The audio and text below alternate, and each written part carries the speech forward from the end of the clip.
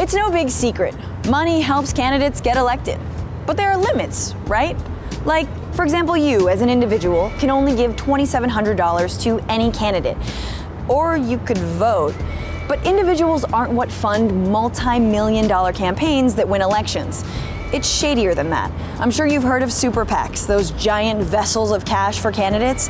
Well, there's something even worse. It's called dark money, but it's packaged in a bright way. The way it works is big donors give to social welfare nonprofits. And unlike super PACs, those nonprofits never have to reveal where the money is coming from. In 2012, they spent over $250 million in the presidential race. That's up from $85 million in 2008 and $3 million in 2004. The primary purpose of these nonprofits can't be political, but it is, because they end up spending just under half of their budget, i.e. not the majority, to support a particular candidate. Like the Conservative Solutions Project, which has funded nearly all of Marco Rubio's ads. What do they do with the rest of their money? They buy what are called issue ads, which aren't considered political spending because they don't directly tell you to vote for a certain candidate.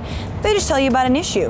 When I found out that the insurance companies were denying coverage for the therapy that Samuel needed, I couldn't believe it. Except then they not so subtly tell you to vote for a certain candidate.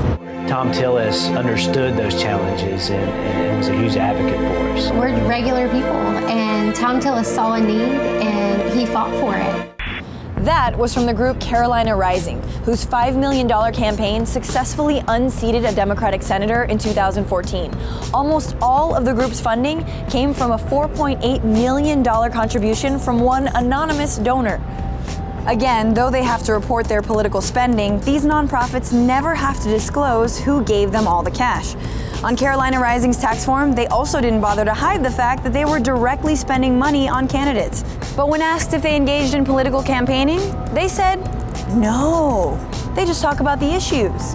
Nonprofits also get around that whole not being political issue by giving grants to similarly minded organizations to help educate the public on their favorite issues. That's how billionaire donors, the Koch brothers, prefer to do things. In 2012, 3 nonprofits they're linked to funneled money into their mothership nonprofit, Americans for Prosperity. That group then spent $33 million fighting Democrats in federal elections.